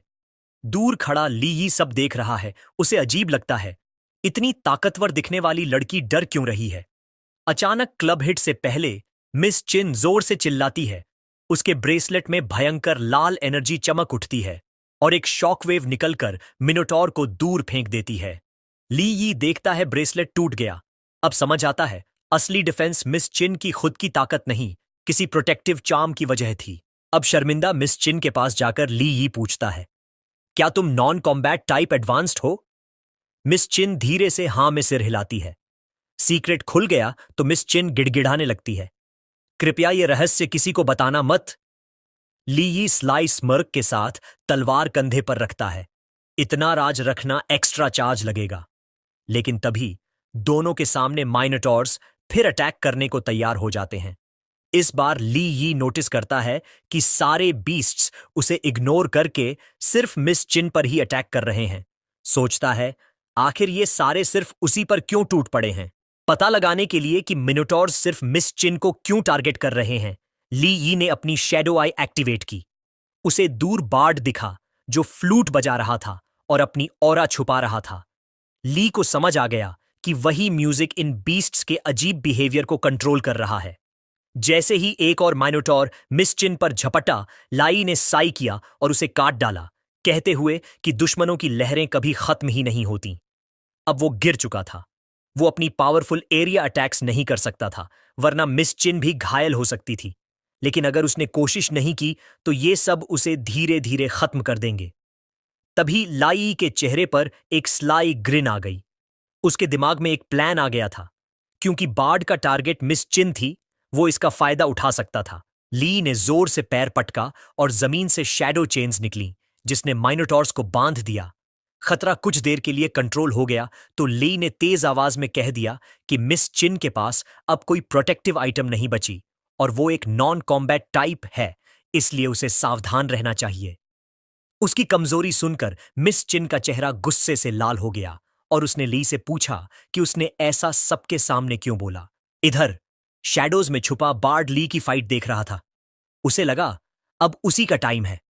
वो अनॉय हुआ कि एक माइनर ने उसका पूरा प्लान ऑलमोस्ट रूइन कर दिया। जब मिस चिन अब बेकसूर दिख रही थी, उसने प्लान पूरा करने की ठानी। वो सीधा उसके पीछे आकर फ्लूट को डेडली डैगर में बदल लेता है। वार करते वक्त कहता है, अपने अनग्रेटफुल फादर को इसकी वजह मानना। लेकिन ब्लेड गिरने से पहले एक तेज स्टील की रेखा से अंधेरा कट गया। बार्ड की एल्बो से नीचे पूरा हाथ कट गया। वो स्टन्ड रह गया। लाई अपने ग्रेट सोर्ड के साथ मिस चिन को बचा लेता है। बार्ड लूडन अपनी कटी हुई बांह को देखता रह गया। लाई ने मिस चिन को बताया कि लुआन ही बार्ड है जो इंफ्रासाउंड वेव्स से माइनोटॉर्स को कंट्रोल कर रहा था। सुनते ही मिस चिन उसका नाम पहचान गई। लूडन मॉर्बिडली हंसने लगा। उसकी आंखें लाल चमकने लगीं। बोला, मुझे अंडर एस्टिमेट करना भारी पड़ गया, लेकिन अब भी मैंने हार नहीं मानी। ये कहते हुए एक रेड ऑरा इरप्ट हो गई। उसकी एनर्जी आसपास के मरे हुए डी रैंक माइनोटॉर बीस्टमैन में चली गई और उन्होंने शेप ले ली। एक विशाल रेड एनर्जी कंस्ट्रक्ट अब लावा मिनोटॉर की फॉर्म में उठ खड़ा हुआ। आंखें लाल चमक रहीं। लूडान ने शेखी बघारी, अब असली डर दिखाता हूं। चिंसन की आंखें फटी रह गईं।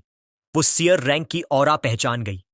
ली ई समझ गया कि लूडान डेड बीस्ट्स की लाइफ फोर्स अब्सॉर्ब करके खुद को स्ट्रॉन्ग कर रहा है।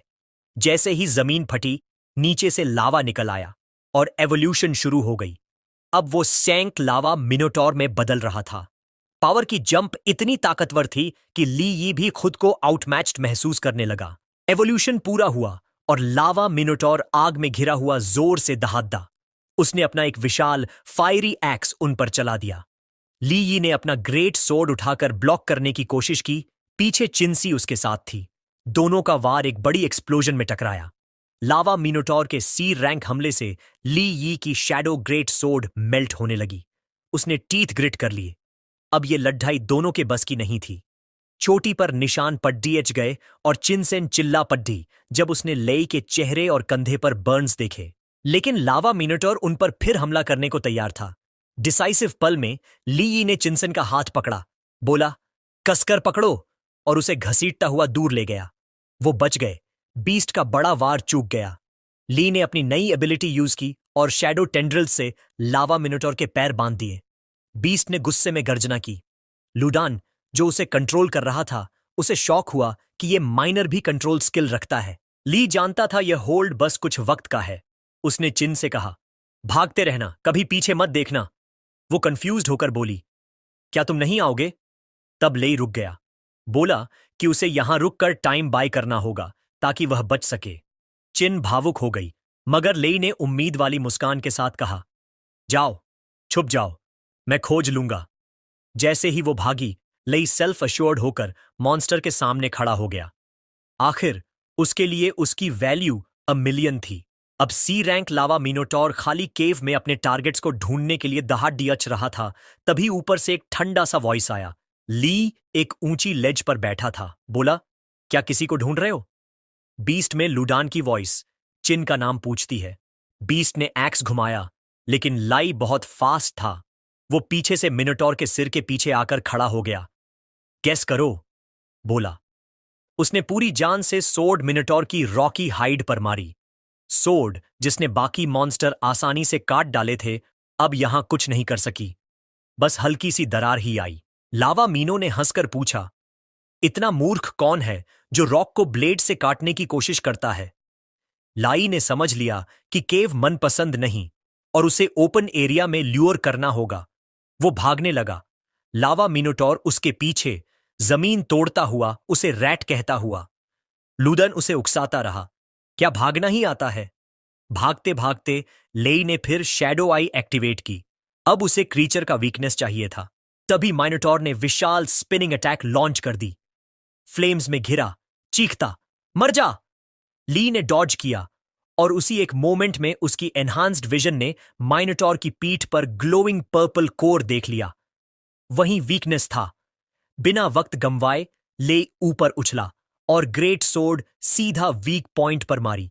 लेकिन लुआन बीस्ट को कंट्रोल करते हुए एक्सपेक्ट कर रहा था। माइनोटॉर ने अपनी चट्टान जैसी मुष्ट से हथियार रोक लिया। बोला, छोटे छोटे ट्रिक्स एब्सोल्यूट पावर के सामने कुछ नहीं। टक्कर से ली यी पीछे गिर गया। कपड़े फट गए। अब उसको सी रैंक के सामने सचमुच डर महसूस हुआ। वो फिर खड़ा हुआ। लावा मिनोटॉर फिर से उसकी तरफ दौड़ता हुआ, लूडन टॉन्ट करता हुआ। अब कहां भागेगा? इस बार लेई ने अपना फिस्ट शैडो एनर्जी से ढंका। उसे ब्रूट फोर्स से जीतना नामुमकिन था। अब उसे बस परफेक्ट ओपनिंग का इंतजार था। वो रुक गया। पीछे शैडो टेंड्रिल से खुद को घेर लिया। मिनोटॉर ने मजाक किया, अब भागना छोड़कर मेरे सामने अटैक करने चला है। ये नाइफ स्क्रैप मेटल की तरह है। बीस्ट ने जोर से हाथ मारा।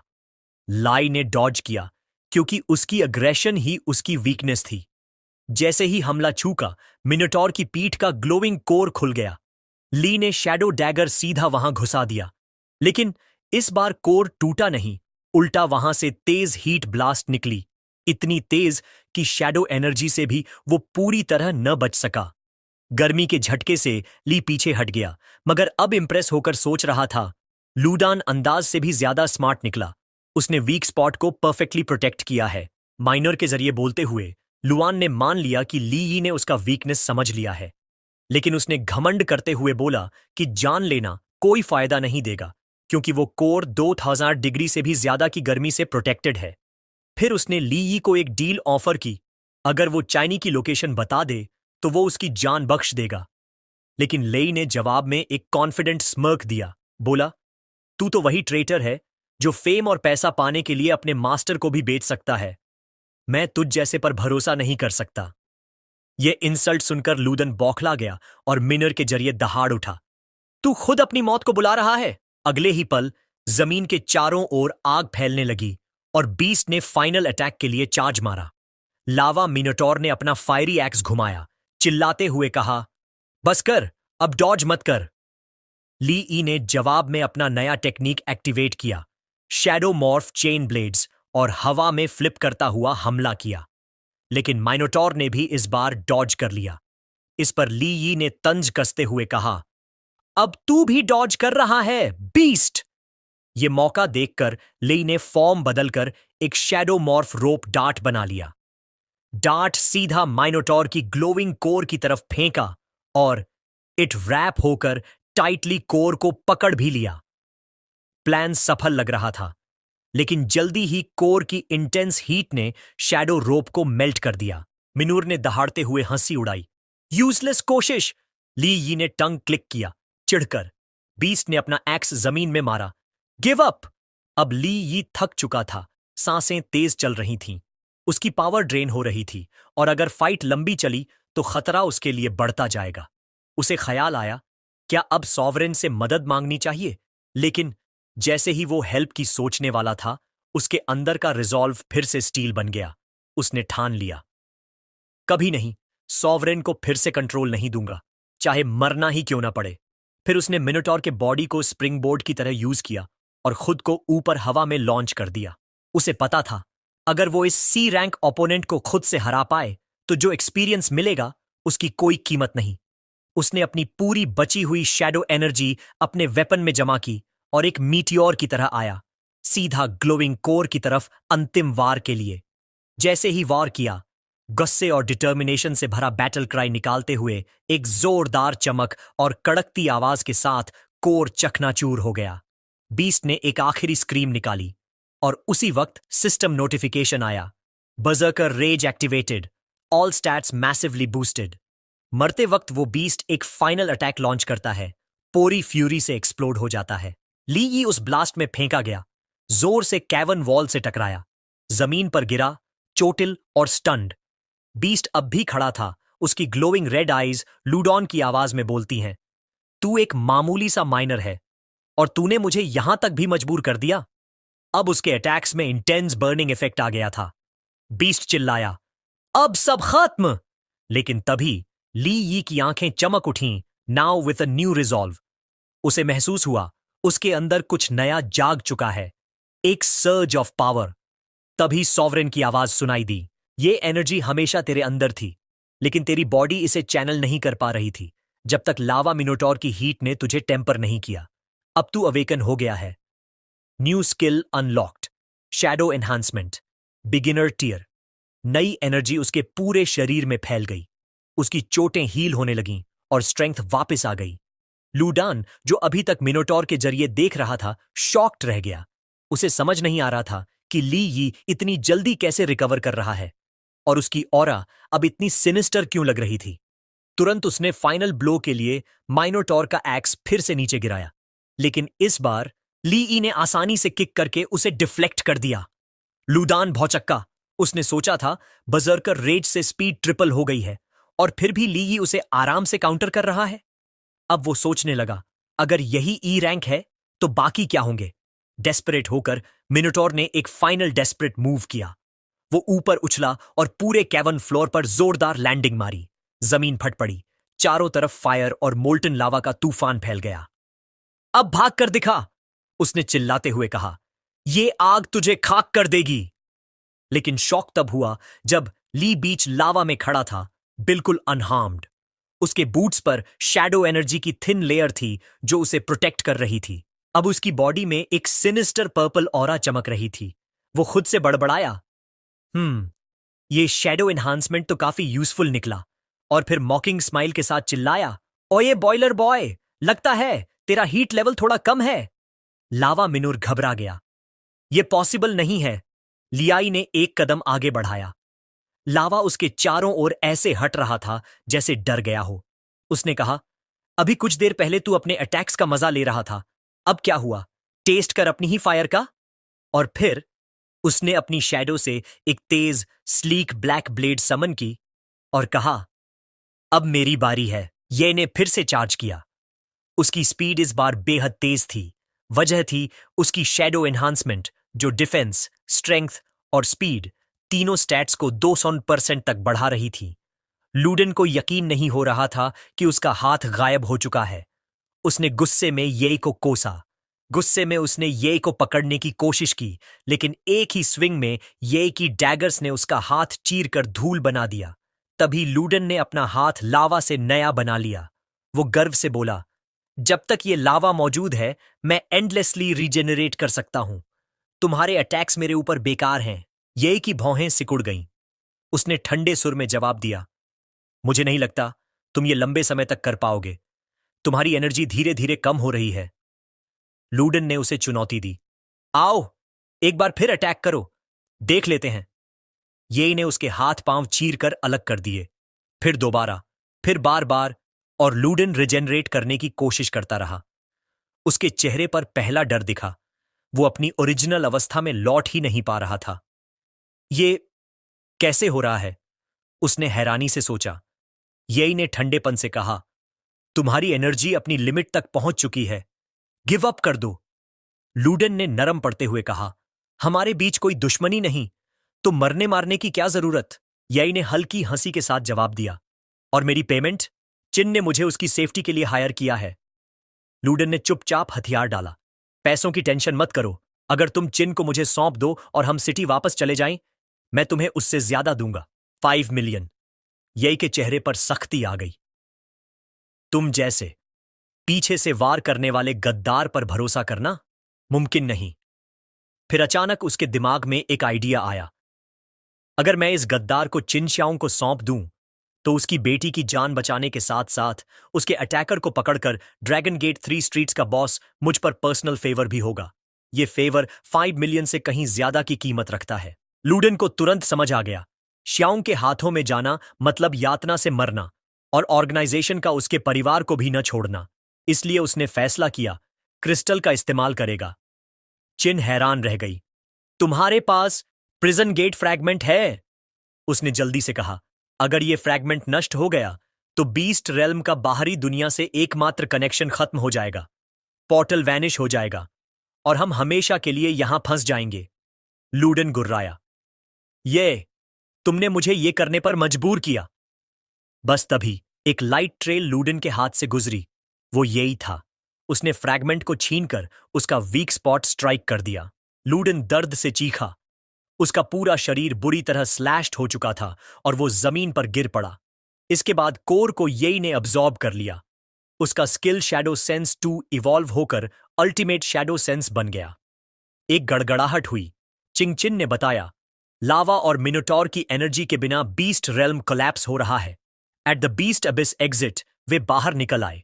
बाकी प्लेयर्स आपस में बात कर रहे थे कि वो कितना डरावना था और कैसे बस जान बचाकर भागे। चिन ने येई से कहा, मुझे अंदाजा ही नहीं था कि तुम इतने स्ट्रांग हो। ये तो ई रैंक से कहीं ऊपर है। अगर तुम्हारा मन हो तो ड्रैगन गेट 3 स्ट्रीट्स ज्वाइन करो। पिताजी तुम्हें जरूर अच्छे से ट्रीट करेंगे। येई ने सीधा जवाब दिया, मुझे किसी ऑर्गेनाइजेशन में इंटरेस्ट नहीं और मेरी एबिलिटीज को सीक्रेट रखो। चिन ने और जोर नहीं दिया, बस उसके हाथ में रिवॉर्ड थमा दिया। लेकिन जाने से पहले येई ने पूछा, ड्रैगन गेट 3 स्ट्रीट्स क्या मेरे जैसे सोड चोरी करते हैं? चिन ने उसकी तलवार इंस्पेक्ट की और बोली, मुझे इसे अप्रेजल के लिए ले जाना होगा और जो भी इसकी कीमत होगी तुम्हें पूरा मिलेगा। येई को कोई आपत्ति नहीं थी। उसे महसूस हुआ कि चिन वेपन्स के बारे में जानकार है।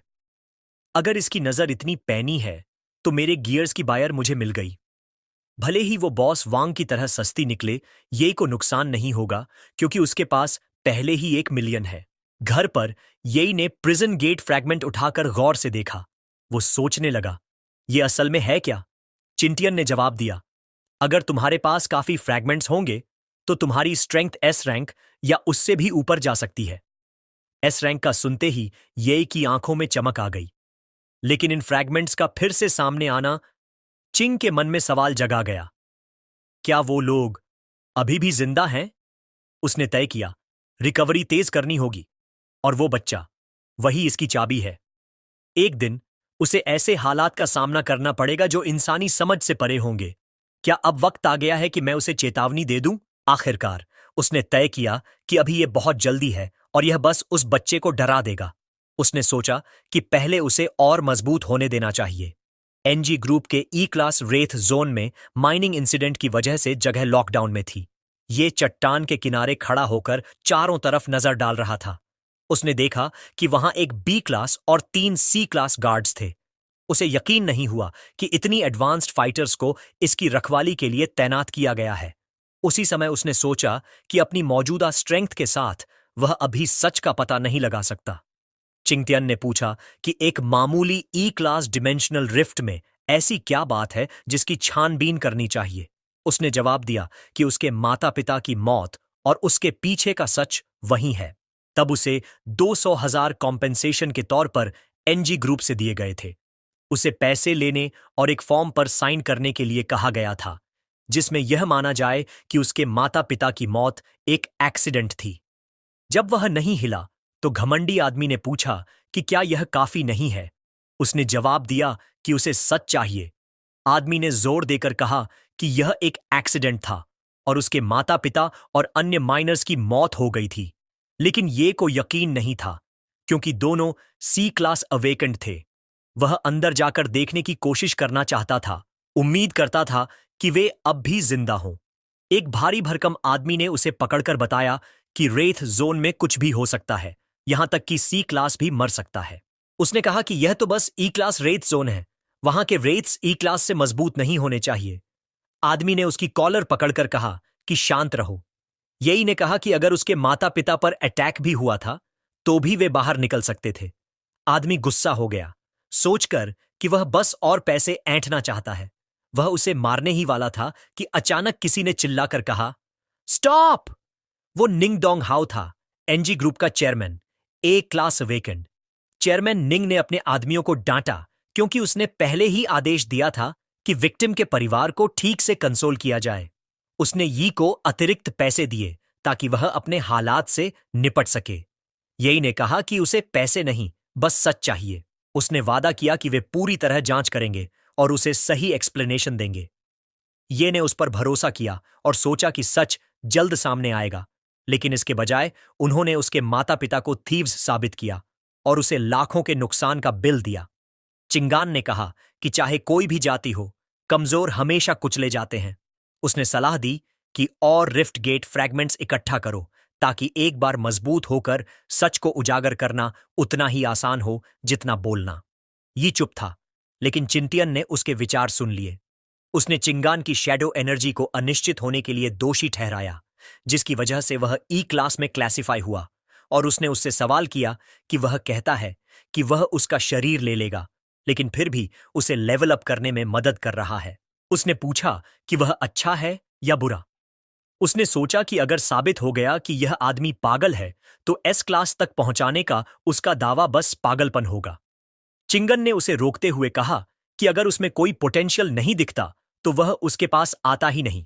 उसने जवाब दिया कि उसने कुछ कहा ही नहीं, लेकिन वह गुस्सा हो रहा है। इससे उसे और भी लगा कि वह पागल है। अचानक उसे एक मिशन इनवाइट मिला। केमिकल जोन, एक डी क्लास रेथ जोन में एक सूट पहने आदमी ने ये से पूछा कि वह लेट क्यों आया। उसने जवाब दिया कि दूरी थी, लेकिन असल में वह एक और ई क्लास रेथ जोन से भाग कर आया था। एक बूढ़े आदमी ने उसे पहचान लिया। उसने उस आदमी का अभिवादन किया जिसका नाम अंकल हाउ था। होवाल उसे देखकर खुश हुआ। उसके माता पिता के एक्सीडेंट को 5 साल हो चुके थे। बाकी लोग बोले कि उन्हें लगा था कि वे किसी इंपॉर्टेंट इंसान का इंतजार कर रहे हैं, और ये तो निकला एक निकम्मा मॉन्स्टर। ये लोग जो उसके प्रति हॉस्टिलिटी दिखा रहे थे गियर, गुसान और गूडा, जो सभी मर्सनरी और सी क्लास अवेकेंड थे। सूट वाले आदमी ने समझाया कि मिशन माइनिंग से जुड़ा है और वे एडवांस्ड फाइटर्स को परेशान नहीं करना चाहते। गियर ने चिल्लाकर कहा कि टाइम वेस्ट मत करो और सीधा मिशन बताओ। सूट वाला आदमी बोला कि ये रिफ्ट एक डी क्लास रेथ जोन है और उनका काम है आइस क्रिस्टल ओर ढूंढना और 60 किलोग्राम सैंपल्स के रूप में खोदना। इस बीच येई ने गौर किया कि एक डी क्लास रेत जोन के लिए सी क्लास अवेकनर्स मौजूद हैं। ये ओवरकिल था। वहां एक आदमी था जो रोब पहने था, नाम हाइजी, वो भी मर्सनरी और सी क्लास अवेकेंड। उनसे निकलने वाली ब्लड लस्ट से वो समझ गया कि उनमें से कोई भी अच्छा इंसान नहीं है। साथ ही उसे रेत जोन के अंदर से हल्का सा एक और सी क्लास प्रेजेंस महसूस हो रहा था। एक आदमी मोबाइल फोन से रिफ्ट के एंट्रेंस को देख रहा था। उसने कहा कि उसके सारे खिलौने इकट्ठा हो गए हैं, अब शिकार शुरू करने का समय है। यह व्यक्ति था blood leopard, black leopard gang का दूसरा इन कमांड। वे रिफ्ट में घुसे और चलते हुए हाउ ने ये से पूछा कि क्या उसे प्रोटेक्टिव सूट पहनने की जरूरत नहीं है। ये ने कहा कि जरूरत नहीं, क्योंकि अब वो अवेक है और संभाल सकता है। सोन ने कहा कि एक असेंडेड माइनर रेयर होता है, और ने उसे मुंह संभालने को कहा क्योंकि ये कचरे के ढेर का राजा था। हाउ ने ये को चेताया कि उनकी बातों की परवाह मत करो। ये ने उसे भरोसा दिलाया कि वह लापरवाह नहीं है। ये ने एरिया देखा और नोट किया कि वहां की वेजिटेशन जानबूझकर छिपाने के लिए बदली गई है, और उसे आसपास छिपा हुआ एक किलिंग इंटेंट महसूस हुआ। उसने देखा कि कुछ उसके सामने से गुजरा। उसने सोचा कि ये स्टॉकर अब ज्यादा देर तक नहीं रुक पाएगा। क्या ये छाया में ही छिपा रहेगा या कुछ और करेगा? सान ने यही पर चिल्लाया कि पैर चलाओ। हाउ ने कहा कि वे तेजी करेंगे। ये जानता था कि ये माहौल का इस्तेमाल करके उन्हें चुपके से पीछा छोड़ाने और शैडोज से ऑब्जर्व करने का सही मौका है। उसने अंकल हाउ को पकड़ा और कहा कि मजबूती से पकड़ो। डॉक ने शिकायत की कि माइनर बहुत तेज था। उन्होंने उसे रुकने को कहा। उसने कहा कि ठीक है, क्योंकि वे दोनों बस कचरे के टुकड़े हैं, और अगर वे उन्हें छोड़ दें तो वे वैसे भी मर जाएंगे। लाल बालों वाला आदमी एक शाखा पर बैठा था और उन गू ब्रदर्स को देख रहा था। उसने सोचा कि क्या बाकियों ने भी खतरा महसूस किया। उसने अपनी जीभ होंठ पर फेरी और सोचा कि कोई बात नहीं, क्योंकि अगर सब उतने ही मूर्ख होते जितने वे तीन हैं तो खेल बहुत बोरिंग हो जाता। दा ने कहा कि उसे मिशन के बारे में कुछ गड़बड़ महसूस हो रही है। अंदर आने के बाद से ही उन्हें लगा कि कोई उन्हें देख रहा है। उसने कहा कि पैरानॉइड मत हो, ये बस डी रैंक का मिशन है और वे तीनों सी रैंक्स हैं, तो वे संभाल सकते हैं। सैन ने कहा कि उसे भी अजीब लग रहा है, जैसे उसकी पीठ में ठंडक दौड़ रही हो। उसने सुझाव दिया कि वे वापस चलें। उसने कहा कि पैनिक मत करो, लेकिन जैसे ही उसने ये कहा, उनकी आंखें फैल गईं। एस पर पीछे से हमला हुआ। लाल धागे उसके सिर के चारों तरफ लिपट गए। उसने ब्लड लेपर्ड को पहचाना और कहा कि उसे छोड़ दो और बात कर लेते हैं। ब्लड लेपर्ड ने जवाब दिया कि वे बार बार ब्लैक लेपर्ड गैंग को उकसा रहे थे, तो अब बात करने को कुछ नहीं है। उसने धागों को खींचा और सैंस का शरीर कट गया। बाकी दोनों ने ये होते देखा। दा गुस्से से भर गया और आगे अटैक करने के लिए भागा। उसने उसे रोकने की कोशिश की। लाल धागों ने उसकी मुट्ठी को पकड़ लिया और उसका पूरा शरीर धागों में लिपट गया। धागों ने उसकी त्वचा को चीर दिया और अंत में उसके शरीर को टुकड़ों में काट दिया। वह डर गया, इसलिए जितनी तेज भाग सकता था भागा, जबकि ब्लड लेपर्ड पागलपन में था क्योंकि उसे सबसे ज्यादा डर से भरा शिकार पसंद था। इस बीच येई और हाउ थोड़ी देर आराम कर रहे थे। हाउ ने उससे पूछा कि उसने उन बाकी अवेकेंड आदमियों को क्यों छोड़ दिया। येई ने पूछा कि क्या उसने हाल ही में किसी को या किसी फैक्शन को नाराज किया था। होवाल ने कहा कि वह तो बस एक माइनर है, तो किसी को नाराज करने का सवाल ही नहीं। उसने पूछा क्यों। हमारे एमसी ने बताया कि यह मिशन एक डेथ ट्रैप है और कोई चाहता है कि वे सब उस विकृत जगह में दफन हो जाएं। हाउ ने कहा कि वह डर गया है। ये ने कहा कि अगर उसे कुछ पता है तो उसे बता दे। अचानक वह प्रकट हुआ और येई पर चिल्लाया कि उसने कुछ क्यों नहीं बताया, जबकि उसने कुछ अजीब महसूस किया था। उसने अपने भाइयों की मौत के लिए उसी को दोषी ठहराया। ये ने कहा कि एरर बिल्कुल बेकार नहीं था, क्योंकि उसने मरने से पहले मास्टरमाइंड को बाहर लाने में मदद की। ये सुनकर वह गुस्से में भर गया। उसने पूछा कि उसने क्या कहा। ये ने वही बात दोहराई कि वह मरने ही वाला था। वह हैरान रह गया जब खुद लाल धागों में फंस गया। ब्लड लेपर्ड ने येई से कहा कि उसने उम्मीद नहीं की थी कि एक माइनर इतना दिलचस्प निकलेगा। येई ने अल्टीमेट शैडो आई सक्रिय कर लिया। इसी के साथ पूरा चैप्टर एक्सप्लेन हो गया। वीडियो को लाइक, शेयर और सब्सक्राइब करना मत भूलना। और अगर अब तक ब्लू थंडर वाली वीडियो नहीं देखी है तो जरूर देखना। मिलते हैं नई वीडियो में, तब तक के लिए सायोनारा।